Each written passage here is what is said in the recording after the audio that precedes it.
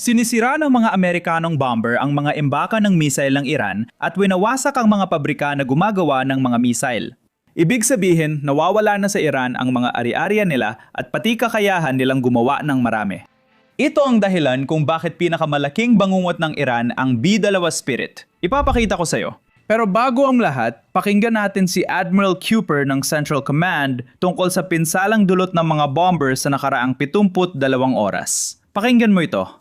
Nagsimimula na tayo sa ika-6 na araw ng mahalagang misyon para alisin ang kakayahan ng Iran na banta sa mga Amerikano. Kung kaya akong ilabas ang pagiging Navy official ko, tuloy-tuloy at mabilis naming sinusunod ang utos ng pamunuan sa Washington.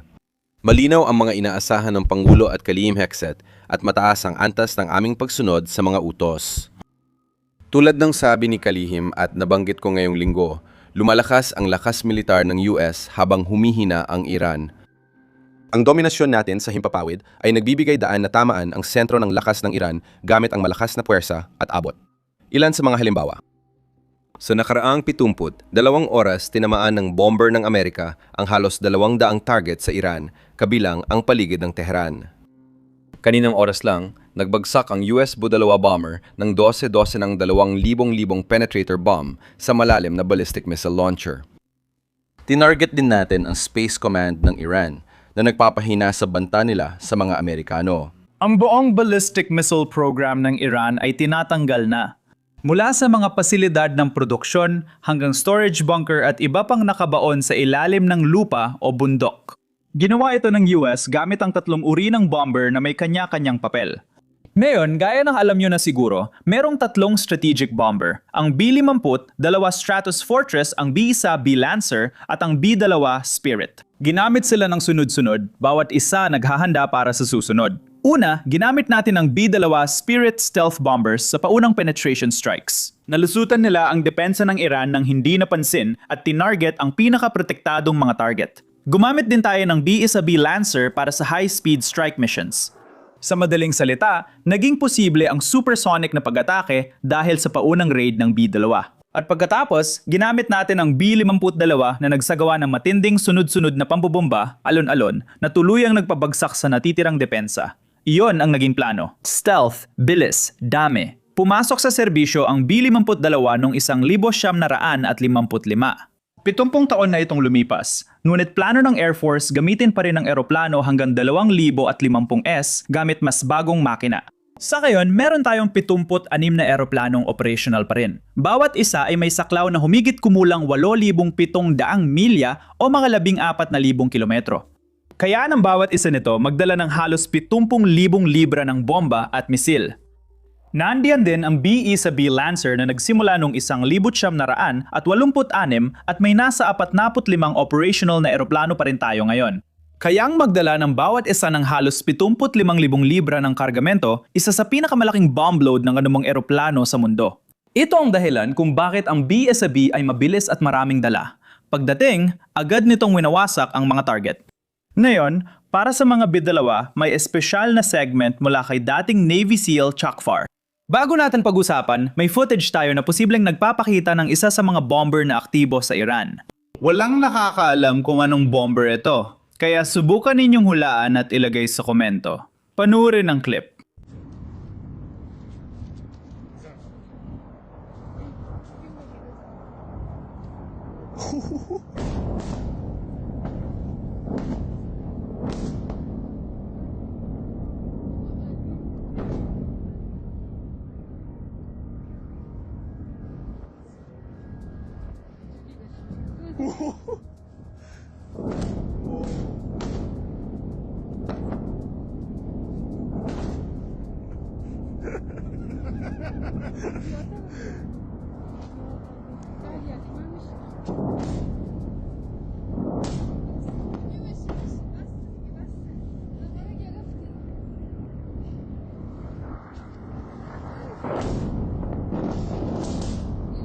Maraming tao online ang iniisip na ito ay ang B-2 Spirit. Kaya tatalakayin natin ang B-2 Spirit dahil ito ang bomber na naging pinakamasamang bangungot ng Iran.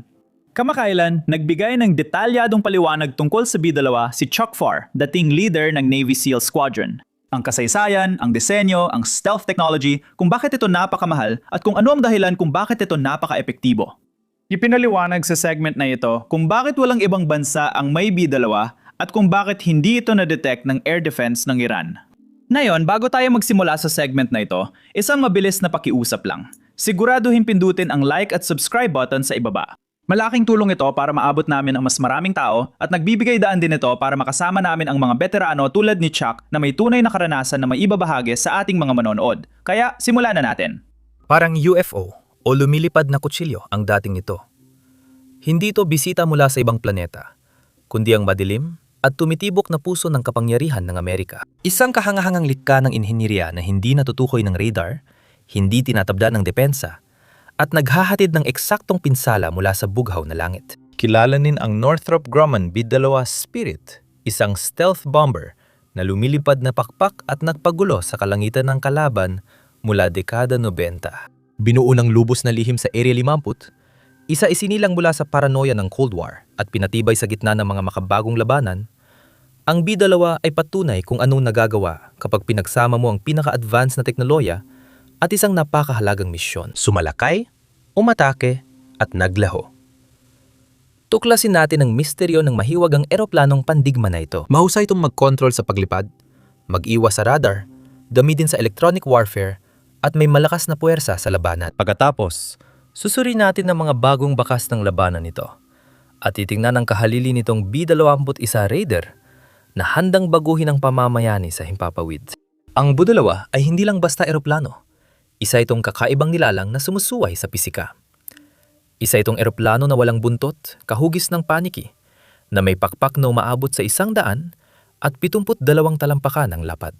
Ito ay disenyo ng lumilipad na pakpak na nagmula sa makabago at malikhaing guhit ni Jack Northrop noong 1940 at 40 set.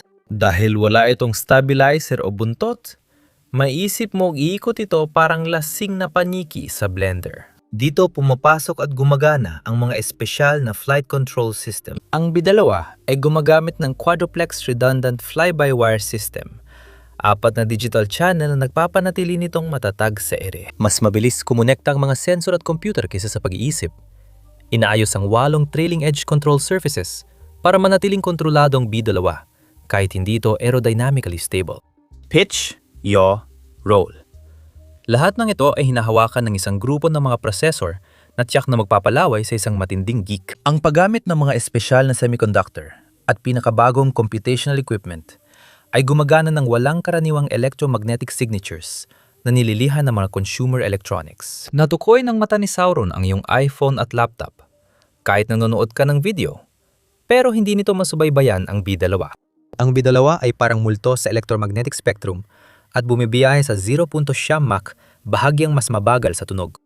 Tunay na mahika ay nangyayari kapag mababa ang lipad. Ang terrain following radar ng B-2 na naka-integrate sa ANAP Q181 system ay napapahintulot dito na dumikit sa lupa sa taas na mas mababa sa 200 talampakan habang bumubulusok sa bilis na 600 milya kada oras. Hindi ito basta lumilipad. Parang nagtatahi ka ng karyam sa combat zone.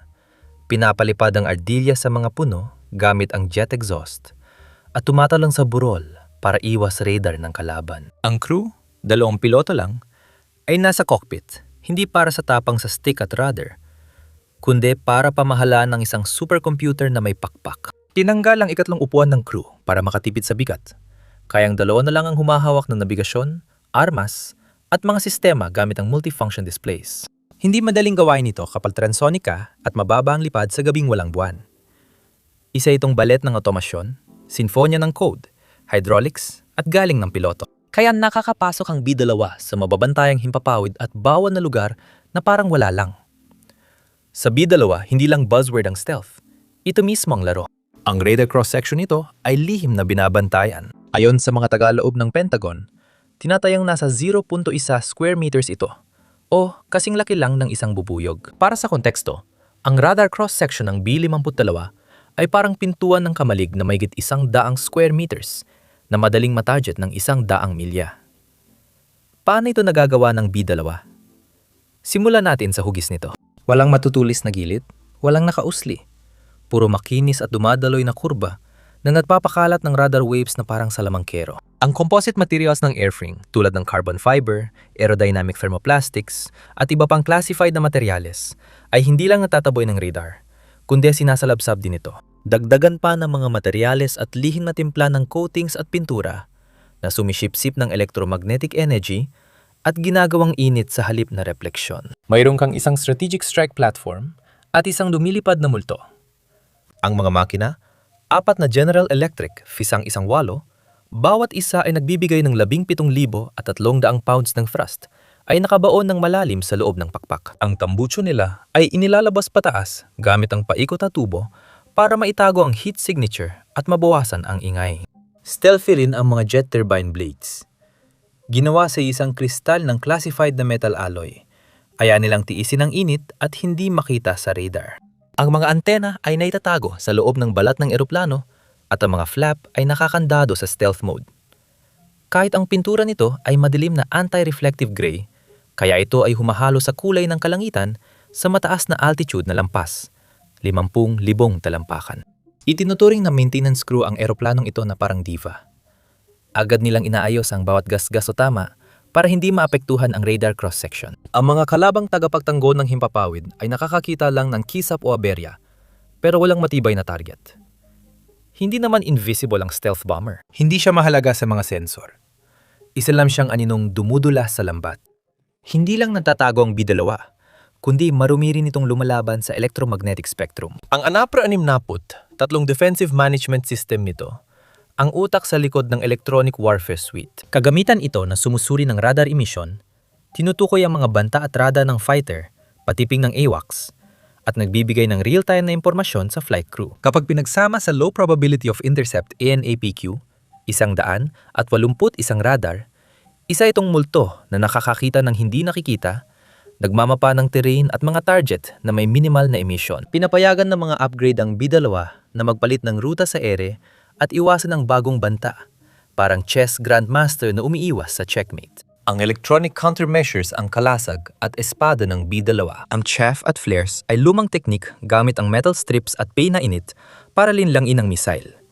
Pero mas marami pa itong lihim. Mahalaga ang aktibong jamming, kahit ang detalye nito ay itinatago sa vault na 15 palapag sa ilalim ng Hangar 1 sa Wright-Patterson Air Force Base. Kaya maglabas ng static o maling signal ng defense management system at guluhin o bulagin ang mga radar ng kalaban, pati gawing kahinaan ang sarili nilang sistema. May nagsasabi na ang B-2 ay may pane o directional jammer, pero hindi ito kinukumpirma ng Air Force. Malinaw na ang electronic warfare kit ng B-2 ay hindi lang nagpoprotekta, binabawasan din ang kailangan ng escort fighters o suppression ng enemy air defense missions. Mag-isa, isa itong ibong pangwasak na nagbabago ng patakaran sa air combat. Bilis, abot, at tibay. Subsonic sa Mach 0.75 mga 600 at 50 milya kada oras. Hindi mananalo ang B-2 sa karera laban sa F-22 o matatakasan ng MiG-31. Pero hindi bilis ang laban nito. Abot ang puhunan nito. May combat range na 6,000 nautical miles. Kahit hindi mag-refuel at higit 10,000 kung magre-refuel ng isang beses sa ere mula sa KC, 100 at 35 kayang lumipad ng B-2 mula sa Whitman Air Force Base sa Missouri. Tamaan ang target, tulad sa Hilagang Korea o Iran, at makabalik bago almusal. Tibay ng misyon? May crew na lumipad ng 44 na oras na marathon. Isipin mong Kosovo nung 1999 o Afghanistan nung 2001. Salamat sa folding bed, commercial na palikuran at determinasyon. Matipid sa gasolina ang FIS-100 at 18 na makina kaya kayang panatilihin ang B-2 sa ire ng matagal. Basta may tanker at nagbibigay ng tahimik na trust. Ang B-2 ay hindi mabilis, kundi matyaga. Parang marathon runner sa mundong bilis ang mahalaga. Cruise missiles at freefall na sandata. Ang mga internal bombay ng B-2 ay 20,000 pound na hurt locker. Kayang magdala ng kabuuang 40,000 pounds ng nuclear o conventional na sandata, standoff, o gravity drop na mga bomba. Ang mga air-launched cruise missile tulad ng AGM-100 at 58 JASSM, ang Joint Air-to-Surface Standoff Missile, ay nagbibigay dito ng abot na 200 at 30 hanggang 500 at 75 milya. Sapat na stealthy ang missile para makalusot sa depensa at maghatid ng 1,000 pound na warhead na mainit at sariwa sa loob ng bunker o headquarters ng kalaban. Ang AGM-154 JSO, Joint Standoff Weapon, ay lumilipad ng 80 milya para maghatid ng cluster munitions o precision bomb. Perpekto para palambutin ang mga airfield, konsentrasyon ng tropa, o mga missile silo. Kung gusto mong old school, may mga klasiko ito. Freefall munitions. Hanggang 80, oo, sinabi ko, 80. Mark 82. JDAM's 500 pound GPS-guided bombs para sa saturation strike. O 16B, 83 nuclear bombs, 1.2 megatons bawat isa. Para kapag kailangan mong burahin ang grid square at magpaalam. Kung gusto mo magpadala ng malinaw na hindi nuclear na mensahe, kayang dalhin ng B-2 ang GBU-57, Massive Ordnance Penetrator. Isang 3,000 pound bunker buster na kayang tumagos sa 200 talampakan sa ilalim ng lupa para sirain ng command centers, nuclear facilities o taguan ng armas. Flexible ang payload ng B-2. Standoff ngayon, precision conventional bukas o nuclear sa sakuna. Parang strategic Swiss Army knife. Laging handa sa laban. Abala ang B-2, pinapatunayan ang halaga nito sa mga lugar na mainit kung saan mahalaga ang stealth. Tulad ng sa Libya noong 2011 Operation Odyssey Dawn. Noong Marso 11, 3 B-2 ang lumipad ng 25 oras na round trip mula Whitman para maghulog ng 45 JDAMs sa mga paliparan ni Gaddafi. Malapit sa Tripoli, winasak ang 40 matitibay na aircraft shelters. Walang escort, walang nalugi. Tahimik lang na inihatid ang matinding dagok sa Air Force ng Libya sa magdamag. Fast forward, Enero 2017, Operation Inherent Resolve. Isang pares ng B-2 ang tumama sa mga kampo ng ISIS malapit sa Sirte, naghulog ng 108 JDAM para wasakin ang mga training site at staging area. Matapos ang 34 oras na marathon, nagising na lang ang mga leader ng ISIS na patay at nakalibing sa guhong. Sumunod ang Yemen noong Oktubre 2020. Habang umatake ang Houthi sa mga barkong dumaraan sa Red Sea, tinagit ng mga B-2 ang mga imbakan ng armas at drone facility sa Sana'a. Hindi malinaw ang detalye, pero sabi ng mga lokal, may narinig silang kulog kahit maliwanag ang langit. Bawat misyon ay pinapakita ang lakas ng B-2 na umatake mula sa malayo nang hindi napapansin sa lupa o radar ng kalaban. 11 na lang ang nanatiling nasa serbisyo ngayon, mula sa 21 matapos ang mga aksidente noong 2008 at 2022. Pero ang natitirang fleet ay malakas pa rin ang dating kapag kailangan na talaga. Ang susunod na multo sa pila ay ang mga tagapagmana ng B-2. Para sa mga araw ng B-2 bilam namin, nakatakdang magretiro pagsapit ng 2032. Ipinapasa na nito ang tungkulin sa B-2, isa Raider. Ipinakita noong Disyembre 2020 sa Palmdale, California, ang likha ng Northrop Grumman na ito ay napatuloy sa pamana ng B-2 ng may determinasyon. Mas maliit, payat, at mas mura sa dolyar. 700 milyon bawat isa kumpara sa B-2 na umaabot ng dolyar. 2 bilyon sa kasalukuyang halaga. Sinasabi ang radar cross-section nito ay singliit ng insekto. Isipin mo na parang langaw, hindi bee. Salamat sa makabagong materyales na sumisipsip ng radar at pinahusay na hugis ng pakpak. Ang mga makina nito, gaya ng Pratt at Whitney F100 at 35, ay mas episyente at mas palihim. May abot na 6,000 milya nang hindi nagre-refuel. Kaya nitong umatake saan man sa mundo mula kontinental na Estados Unidos gamit lang isang tanker. Ang electronic warfare suite at avionics ng B-21 ay napaka-advanced na may open architecture software para sa mabilisang upgrades at kakayahang mag-network ng mga sensor at shooter. Isipin mong parang quarterback ang Raider ng swarm ng drone o F-35 habang umiiwas sa hypersonic missiles. Payload? Magdadala ito ng B-60, isa 12 nuclear bomb AGM, 180, isa long-range standoff cruise missiles, at iba pang mga precision conventional na kagamitan, lahat ay kasya sa 12 hanggang 13 toneladang bombay. Mas mababa kaysa B-2. Pero mas versatile at eksakto sa mga target sa ibabaw at malalim na nakabaon o pinatibay. Nais ng Air Force ng 100 hanggang 200 bagong Raiders para punuin ang lugar ng mga multo. Unang lumipad ang Raiders noong Nobyembre 2023. Handa na ito para sa labanan pagsapit ng 2027. Hindi lang ito pamalit. Ang Raider ay isang revolusyon. Ginawa para harapin ng J-20 ng China at ang kilalang Prometheus S-500 air defense complexes ng Rusya ng harapan. Hatol, muling binigyang kahulugan ng B-2 Spirit kung anong maaring maging isang bomber. Tahimik, nakamamatay, hindi kayang abutin. Pinanatili ng flight control ang radikal na disenyo. Binago ng stealth and air defense at ang electronic warfare kit ang nagbigay sa kanya ng kakayahang maging nag-iisang mandirigma. Mula Libya hanggang Yemen, pinatunayan nitong kayang maghatid ng kamatayan mula sa mga anino na parang siruhano. Ngunit narito na ang B-21 Raider bilang kahalili na nangangakong higitan ng stealth, abot at katalinuhan ng nauna.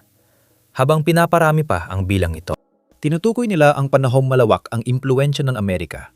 Eksakto ang mga atake at balisa ang mga kaaway. Sa harap ng bantagay ng hypersonic glide vehicles ng China at next-gen radar ng Rusya, tinitiyak ng stealth na eroplanong ito na nananatili ang Amerika sa itaas bilang di nakikitang pakpak. Hindi lang langit ang hangganan. Dito rin ang labanan at mga multo ang panalo.